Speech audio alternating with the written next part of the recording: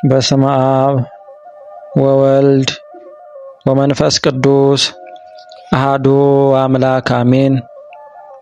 በመጀመሪያ በክርስቶስ ክርስቲያን፣ በወልድ ውሉድ፣ በመንፈስ ቅዱስ መንፈሳውያን የተሰኛችሁ የክርስቶስ ቤተሰቦች የእናታችን የቅድስት ድንግል ማርያም የአስራት ያድራ ልጆች በወደደንና ባፈቀረን በጌታችን በአምላካችንና በመድኃኒታችን በኢየሱስ ክርስቶስ ፍጹም ሰላምታ ሰላም እላችኋለሁ። አሜን።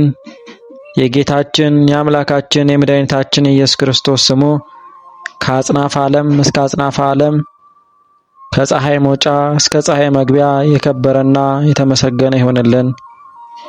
እንዲሁም አትለየውምና እናቱ እናታችን እመቤታችን ቅድስት ድንግል ማርያም ስሟ የከበረና የተመሰገነ ይሆንልን።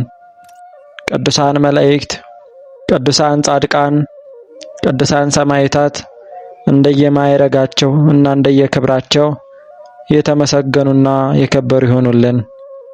እንኳን ለመጥምቀ መለኮት ቅዱስ ዮሐንስ ወርሃዊ መታሰቢያ በዓል እንዲሁም በዚህች ዕለት ታስበው ለሚውሉ ቅዱሳን ወርሃዊና ዓመታዊ መታሰቢያ በዓላቸው በሰላም አደረሳችሁ አደረሰን።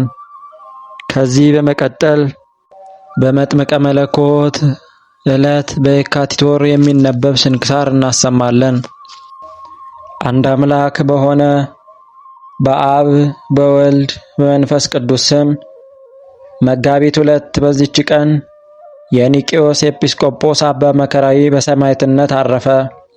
ይህም አባት በግብጽ ደቡብ ከምትገኝ ከእስሙናይ ከታላላቆቿ ወገን ነው።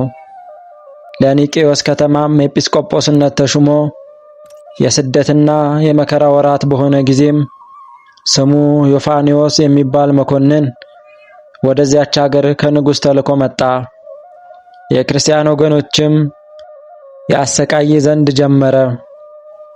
የዚህንም የቅዱስ ኤጲስቆጶስ አባ መከራዊን ዜና ሰምቶ ወደ እርሱ ያመጡት ዘንድ ወታደሮቹን ላከ። እርሱም ወደ መኮንኑ ከመሄዱ በፊት ወደ ቅዱስ መሠዊያው ገባ። እጆቹንም ዘርግቶ ጸለየ። ንዋየ ቅድሳቱንና የመቀደሻውን ልብሶች በመቅደሱ ውስጥ አኖረ። ከዚህም በኋላ ቤተ ክርስቲያኑን ይጠብቅ ዘንድ ወደ እግዚአብሔር ኢየሱስ ክርስቶስ ፈጽሞ ማለደ።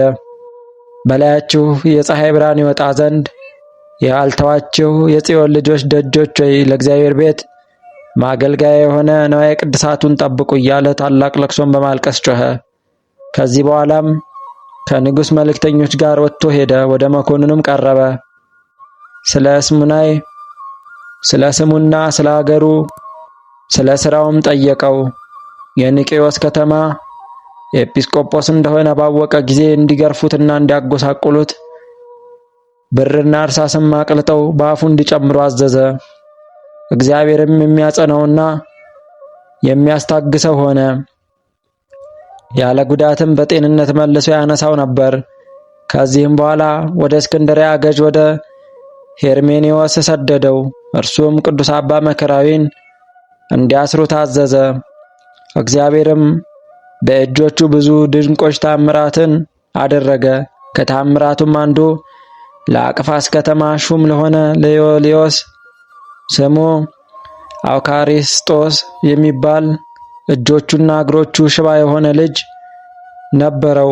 አባ መከራዊም በላዩ ጸለየ፣ ከደዌውም አዳነው። ከዚህም በኋላ በዮልዮስ ቤት ቀድሶ ለአማንያን ሥጋውና ደሙን አቀበላቸው።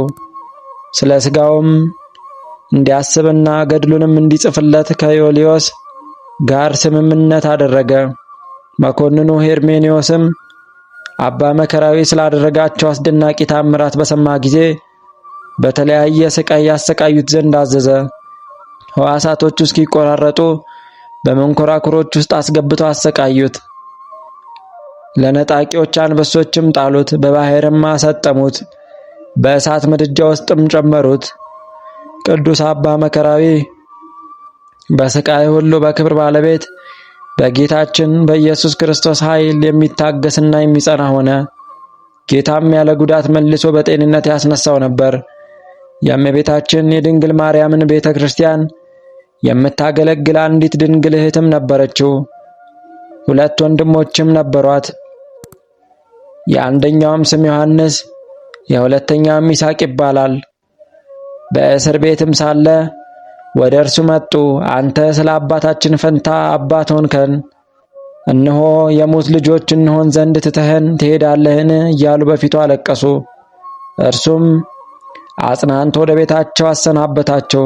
ዮልዮስም የዚህን ሽማግሌ ሞት በጽሑፍ እዘዝ፣ ከእርሱም ታርፋለህ ብሎ መኮንኑን መከረው። ቃሉንም ተቀብሎ ራሱን በሰይፍ እንዲቆርጡ ታዘዘ። በመንግሥተ ሰማያትም የሰማዕትነት አክሊልን ተቀዳጀ። ዮልዮስም የቅዱስ አባ መከራዊን ሥጋ ወስዶ በከበሩ በወርቆች ልብሶች ገነዘው። በደረቱም ላይ የወርቅ መስቀል አደረገ። ወደ ሀገሩም ወደ ኒቅያም ከአገልጋዮች ጋር ሰደደው። መልካም ነፋስም ሆነላቸው። መርከቢቱም ፈጥና ሄደች። በከተማውም በር አንጻር ደርሳ ቆመች። ቀዛፊዎችም ሊያንቀሳቅሷት ፈልገው ነበር፣ ግን አልተቻላቸውም። አብዝተው በደከሙም ጊዜ ሥጋዬ በውስጡ እንዲኖር እግዚአብሔር የፈቀደውን ቦታ ይህ ነው የሚል ቃል ከበድን ወጣ። ይህንንም ለአገር ሰዎች ነገሯቸው። የሰሌን ዝንጣፊም እየያዙ ወደ እርሱ መጡ። በሀገራቸውም ውስጥ እርሱ በመረጣት ቦታ እስካኖሩት ድረስ በታላቅ ክብር ተሸክመው ወሰዱት። መላው የሕይወቱ ዘመን 131 ሆነ። መጻሕፍትን እስከተማረ ድረስ 8 ዓመት በዲቁና ሹመት 24 ዓመት፣ ከዚያም ቅስና ተሹሞ በቅስና አገልግሎት 30 ዓመት ኖረ። ከዚያም በኋላ ኤጲስቆጶስ ሆኖ ተሾመ። በዚህም 69 ዓመት ኑሮ መልካም ተጋድሎን ፈጽሞ የሕይወት አክሊልንም ከክብር ባለቤት ከጌታችን ከኢየሱስ ክርስቶስ ዘንድ ተቀበለ። ጸሎቱ በረከቱ ከኛ ጋር ትኑር ለዘላለሙ አሜን። ዳግመኛም በዚህች ቀን የሮሃ ሀገር የሆነ የተሰወረውን የሚያይ ቅዱስ ጎርጎርዮስ አረፈ። ይህም ቅዱስ ሰው አስቀድሞ አመፀኛና ኃጥእ ነበረ። ከዚህም በኋላ ከአመፁ ወደ እግዚአብሔር በንስሐ ተመልሶ መነኮሰ።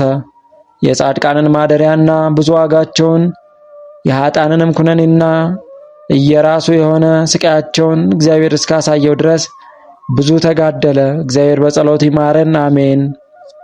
ጌታ ሆይ ከብልጽግናቸው ብዛት የተነሳ ብዙ መባ ካገቡት ይልቅ የድሃይቱን አነስተኛ መባ እንደተቀበልክ ለሁል ጊዜ የሚያገለግሉ አእላፋት መላእክትን እያሳሰብኩ በችግሬ ጊዜ የማቀርብልህን ምስጋና ተቀበል። እናንተም ቅዱሳን ነቢያት፣ የወንጌል ሰባኪያን ሐዋርያት፣ ሰማዕታትና ጻድቃን፣ ትጉሃን መላእክት፣ ፍጹማን ደናግል እንዲሁም ደጋጎች መነኮሳት ሆይ ልጅ አዋቂ ሳይለይ የምንሰበሰብበትን የጉባኤ ቦታ ባርኩ። ይህን መጽሐፍ ወረቀት አዘጋጅቶ ብራና ደምጦ የጻፈውና ያጻፈውም ከግዕዝ ወደ አማርኛ የተረጎመውን ቃለ ንባቡንም በእርጋታ መንፈስ እና በተመስጦ ሕሊና ያዳመጠ በደለኛን ሁሉ የምታስምር የጌታ እናቱ በማርያም ጸሎት ኢየሱስ ክርስቶስ ይማረን። የእኚህ ሁሉ ቅዱሳን ጸሎታቸው በረከታቸው ከኛ ጋር ትኖር ለዘላለሙ አሜን።